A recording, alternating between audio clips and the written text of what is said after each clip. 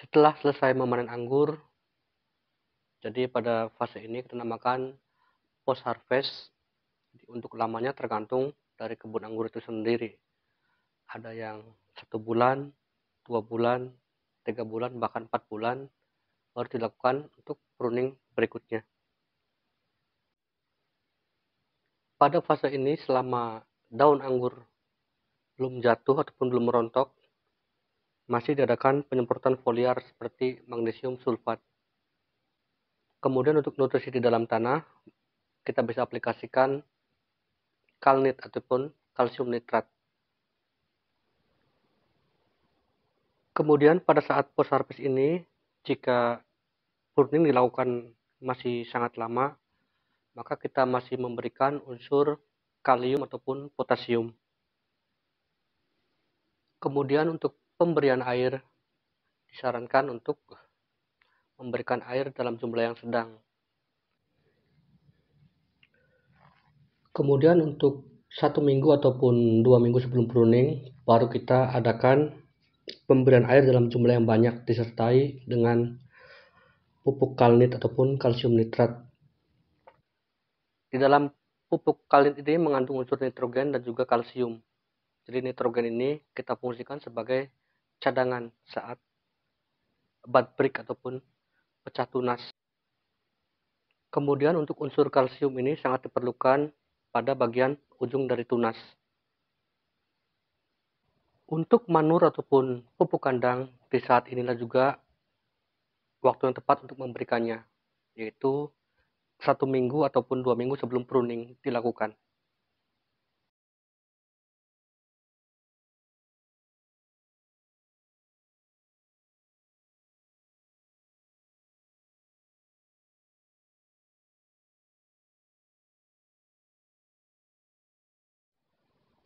Untuk unsur nitrogen ini sangat membantu dalam tenaga khususnya untuk bud break dan juga pertumbuhan tunas.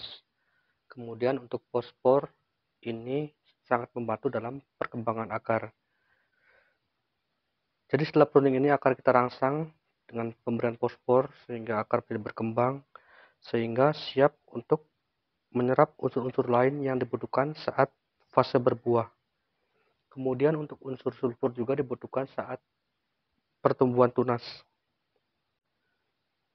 Pupuk SS ini berbentuk granul, jadi seperti pupuk TSP dan juga SP, cuma bedanya pupuk SS ini sangat mudah hancur saat terkena air.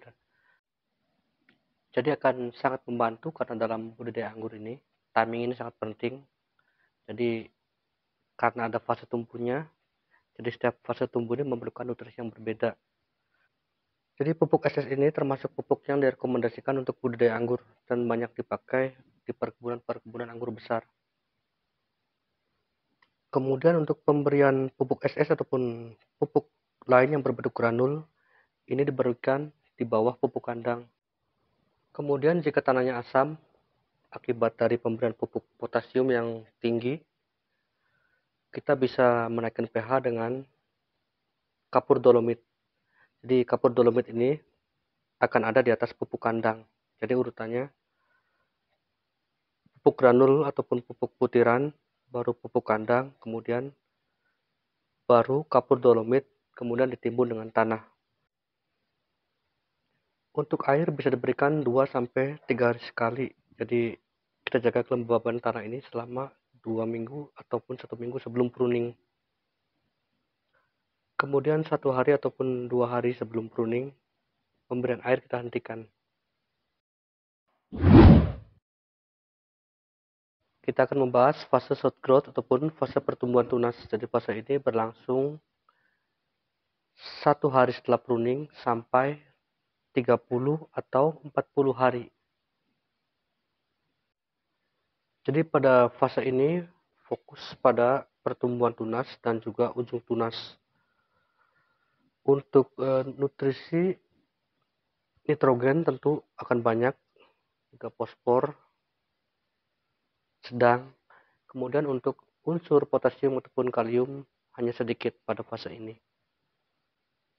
Untuk pohon anggur on roots akan lebih cepat mengalami bud break ataupun pecah tunas jika dibandingkan pohon anggur yang memakai jenis rootstock. Untuk lamannya bud break ataupun pecah tunas, jadi pada umumnya memerlukan waktu 9 sampai 21 hari. Jadi akan sangat berbeda-beda di setiap perkebunan anggur itu kondisinya. Untuk pemberian air tidak disarankan di fase ini. Jadi setelah muncul bud break ataupun muncul tunas, baru kita bisa memberikan air disertai dengan unsur nitrogen. Untuk pupuk bisa kita berikan pupuk kalnit atau pupuk SS ataupun pupuk ZK. Jadi setelah bud break ataupun pecah tunas ini, agar hati-hati agar kondisi tanah jangan sampai kering, jadi jaga kelembabannya. Jadi kita bisa memberikan air ini setiap 5 sampai 7 hari sekali. Untuk kebun anggur yang menggunakan pupuk NPK ataupun Ponska juga bisa diberikan setelah bud break. Kemudian saat tunas anggur berjumlah 3 sampai 8, jadi kita bisa mengamati dari daun-daun tersebut apakah mengalami nutrien defisiensi. Untuk kebun anggur yang menggunakan rootstock jenis Champigny seperti Ramsey dan juga Freedom ataupun sebagainya, biasanya mereka akan menyemprotkan unsur hara Fe dan juga zinc. Hal itu karena rootstock dari jenis Champigny ini memiliki penarikan unsur hara potasium yang sangat tinggi dan mengakibatkan akan terganggunya penarikan unsur hara mikro seperti Fe dan juga zinc. Kemudian untuk rootstock jenis Champigny ini disarankan ditanam di tanah yang berpasir. Otomatis unsur hara seperti kalsium dan juga magnesium ini sangat rendah di tanah yang berpasir ini. Hal yang paling umum untuk foliar ataupun penyemprotan pupuk daun ini dengan pupuk mikro yang lengkap. Kemudian untuk foliar jenis makro seperti magnesium dan juga kalsium bisa kita selingi dengan pupuk unsur hara mikro ini. Jadi saat tunas anggur ini berjumlah 3 sampai 8 daun sudah bisa kita berikan pupuk foliar. Namun untuk dosis sebaiknya hati-hati, jadi saat fase 3 sampai 8 daun ini karena masih memiliki daun yang tipis ataupun daun yang sangat muda. Kemudian untuk dosis kita bisa mengurangi menjadi setengahnya. Untuk pupuk magnesium dan juga pupuk kalnit ataupun pupuk kalsium bisa kita berikan langsung ke tanah, baik itu melalui broadcasting seperti menebar di atas tanah ataupun melalui sistem vertigasi. Untuk kebun anggur yang mengaplikasikan pupuk dengan cara memberikannya lewat sistem vertigasi, sebaiknya menggunakan pupuk yang soluble water atau pupuk yang mudah larut dengan air. Karena jika kita menggunakan pupuk yang tidak soluble water, itu akan memberikan masalah pada sistem vertigasi yang kita miliki seperti clogging ataupun kemacetan pada area drip ataupun pada area emitter. Berarti untuk fase shoot growth ataupun fase yang pertama ini yaitu fase pertumbuhan tunas ini berlangsung di umur 1 hari setelah pruning sampai 30 atau 40 hari setelah pruning. Jadi fase ini fase yang pertama yaitu fase pertumbuhan tunas. Jadi untuk air jelas ya, setelah bud break jaga kelembaban tanah sampai hari ke 40 hari. Kemudian untuk nutrisi di fase ini sangat banyak sekali memerlukan unsur nitrogen dan juga untuk fosfor ini kadarnya sedang. Kemudian untuk unsur potasium ataupun kalium ini hanya sedikit atau bahkan tidak memerlukan sama sekali. Kemudian untuk pupuk sangat banyak sekali pilihannya yaitu dimulai dari ZK, urea, juga pupuk kalnit, kemudian ada juga pupuk Ponska dan juga pupuk NPK. Jadi sesuaikan dengan kondisi tanah yang ada di kebun anggur Sobat Arka. Jadi akan sangat berbeda sekali untuk pupuk ini. Untuk kandungan nutrisi mikro bisa kita berikan lewat foliar yaitu dengan pupuk mikro majemuk. Kemudian magnesium dan juga unsur kalsium bisa kita berikan secara foliar, jadi bergantian. Sekarang kita akan membahas pada fase pertumbuhan yang kedua, yaitu fase bud differentiation atau inisiasi calon bunga dalam mata bud. Jadi permulaan awal pembentukan calon primodia dalam mata bud ini sangat singkat, yaitu dalam kurun waktu 20 sampai 30 hari. Jadi ada beberapa pakar yang menyebutkan 30 hari dan ada juga beberapa pakar yang menyebutkan hanya 20 hari.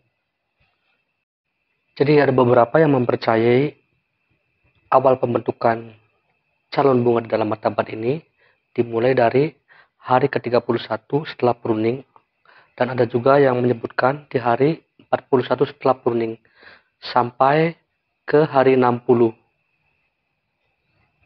Namun untuk saya pribadi, karena beberapa kali mengikuti kursus singkat maupun tur dalam perkebunan table grape, jadi saya mempercayai permulaan awal pembentukan calon bunga di dalam mata bud ini, inisiasinya dimulai di hari ke-41. Itu karena pendapat saya, setelah pruning ini membutuhkan waktu 14 sampai 20 hari baru mata bud itu baru pecah tunas ataupun bud break. Sedangkan di hari ke-14 ataupun hari 20 sampai ke hari 30 hanya 10 hari. Jadi saya mengamati anggur mondrop ini dalam kurun waktu 10 hari ini, dimulai dari 14 hari ini sampai ke hari 30 ini, hanya berjumlah 10 sampai 15 tahun. Jadi saya mempercayai inisiasi bud ini dimulai di hari ke-41. Berarti untuk periode awal pembentukan calon bunga dalam mata bud ini hanya 20 hari. Itu dimulai dari hari ke-41 sampai 60 hari setelah pruning. Untuk nutrisi pada periode inisiasi pembentukan calon bunga dalam mata bud ini adalah nitrogen sedikit, kemudian untuk fosfor tinggi, dan untuk potasium bisa sedikit maupun sedang. Unsur hara fosfor ini sangat membantu sekali dalam proses inisiasi pembentukan calon mata bunga dalam tanaman buah apapun, termasuk juga anggur ataupun table grape ini. Kemudian karena periode waktu yang singkat ini, yaitu 20 hari, jadi untuk pemupukan fosfor kita berikan di antara hari ke-41 sampai hari 60. Jadi karena periodenya sangat singkat, pupuk yang direkomendasikan pada fase ini adalah pupuk yang mempunyai kadar fosfor yang tinggi dan juga rendah nitrogen. Jadi ada beberapa pupuk, yaitu pupuk DAP, diamonium fosfat, dan juga pupuk MAP, yaitu monokalium fosfat. Jadi di dalam kedua pupuk ini mengandung unsur hara tinggi pada fosfor, akan tetapi untuk unsur nitrogen ini rendah. Jadi sangat membantu sekali dalam mengontrol fase vegetatif pada calon cabang pembuahan. Untuk pupuk DAP ini berbentuk granul, jadi sangat cocok untuk broadcasting ataupun ditebarkan di atas tanah sebagai topping. Asalkan kita memberikan pupuk tersebut di bawah area dripper ataupun tetesan air pada irigasi. Jadi akan sangat membantu agar pupuk tersebut mudah larut. Kemudian pupuk DAP juga bisa dilarutkan dengan air tentunya. Untuk pupuk MAP ini termasuk dalam kategori pupuk water soluble, artinya pupuk ini sangat mudah sekali larut dalam air. Jadi pupuk ini sangat cocok sekali untuk perkebunan anggur yang mengaplikasikan dalam pemberian pupuk lewat sistem irigasi, atau lebih dikenal juga dengan sebutan fertilizing through the irrigation system.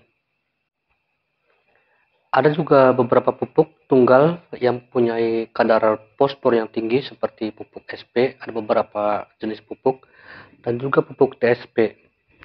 Namun kita harus tahu cara mengencerkan pupuk tersebut agar mudah digunakan dan mudah diserap oleh akar tentunya, karena dalam fase periode ini sangat singkat, yaitu hanya 20 hari. Jadi timing pemberian pupuk ataupun nutrisi manajemen ini sangat penting, karena di dalam setiap fase ini harus ada perbedaan dalam pemberian nutrisi ataupun pemberian pupuk. Kemudian untuk mempercepat mobilisasi ataupun penyerapan unsur hara fosfor ini bisa kita bantu dengan pupuk magnesium. Karena dengan pupuk magnesium, kandungan unsur hara fosfor ini dapat mudah diserap oleh akar. Jadi pupuk magnesium ini bisa kita berikan bersama dengan pupuk fosfor, jadi tidak masalah kita mencampurnya. Di kebun arka dalam kurun waktu periode 20 hari ini saya memberikan unsur hara fosfor ini 2 kali. Kemudian pada fase bud differentiation ini kita bisa memberikan nutrisi tambahan berupa pupuk foliar. Jadi untuk pupuk magnesium juga bisa kita pergunakan, dan juga pupuk MAP bisa kita gunakan sebagai pupuk daun. Kemudian pupuk lain yang dapat membantu dalam proses pembungaan ini adalah pupuk zinc dan juga pupuk boron. Jadi kedua pupuk ini bisa kita berikan langsung ke tanah ataupun kita campurkan dengan pupuk fosfor, dan juga bisa kita aplikasikan lewat foliar ataupun melalui penyemprotan pada daun. Kedua pupuk ini juga membantu dalam tahapan pengembangan hormon auksin di dalam tanaman, yang sangat penting di saat proses inisiasi bunga ataupun awal munculnya bunga. Untuk memperbesar peluang keberhasilan dari pemupukan di fase inisiasi ini, sebaiknya dilakukan proses hedging ataupun topping dari ujung calon cabang pembuahan. Jadi sebelum pupuk ini diberikan, sebaiknya dilakukan pemotongan pada ujung dari calon cabang pembuahan. Kemudian untuk watering ataupun jadwal pemberian air pada periode fase inisiasi ini adalah sedang. Jadi kalau di kebun arka dalam kurun waktu 20 hari ini saya hanya memberikan air 2 kali, yaitu berbarengan dengan pemberian pupuk fosfor. Mengurangi pemberian air pada tahapan ini juga sangat penting karena dapat mengontrol pertumbuhan vegetatif dari pohon anggur. Pertumbuhan yang overvigor ini sangat merugikan sekali, khususnya untuk mendapatkan calon percabangan yang penuh dengan buah tentunya. Karena pohon anggur yang overvigor ini biasanya akan memproduksi hormon gibberellin yang sangat banyak, jadi sangat mengurangi hormon sitokinin. Hal ini dapat menyebabkan pada calon cabang pembuahan yang tidak penuh dengan buah, melainkan di dalam mata bud ini hanya ada sulur ataupun bunga palsu. Dan hal yang lebih parah lagi adalah dapat menyebabkan bud necrosis ataupun kekeringan pada mata bud. Jadi saat pruning nanti kondisi mata bud ini tidak subur. Jadi untuk kesimpulan dalam tahapan yang kedua pada calon cabang pembuahan ini, yaitu bud differentiation, yaitu inisiasi calon bunga dalam mata bud, itu waktunya sangat singkat, hanya 20 hari. Jadi saran saya gunakan pupuk yang mengandung fosfor tinggi dan mudah diserap. Karena timing dalam pemberian pupuk ini sangat penting sekali, jadi setiap fase tumbuh ini akan ada kebutuhan nutrisi yang berbeda tentunya. Dan kemudian kita akan memasuki stage ataupun tahapan yang terakhir dari fase pertumbuhan dalam persiapan pembuahan ini. Jadi fase ini adalah fase yang ketiga, dinamakan fruit bud development ataupun can maturation.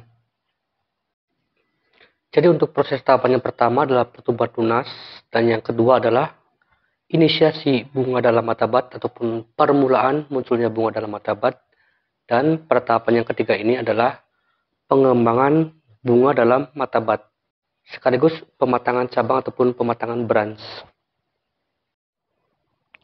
Jadi dalam budidaya anggur di iklim tropis ini, karena tidak ada masa tidur ataupun masa dormansi, jadi karena matahari ataupun ketersediaan air ini mungkin akan selalu ada, jadi pertumbuhan ini akan terus berlanjut selama tidak ada manipulasi dari manusia ataupun campur tangan manusia. Jadi selama tidak ada treatment ataupun campur tangan manusia, kita tidak akan bisa merubah dari fase vegetatif ke fase generatif.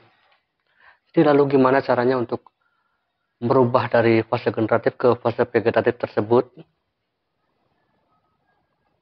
Yang pertama adalah kita menghentikan pertumbuhan pada ujung cabang pembuahan atau sering disebut dengan hedging, topping, pinching. Jadi banyak sekali istilahnya.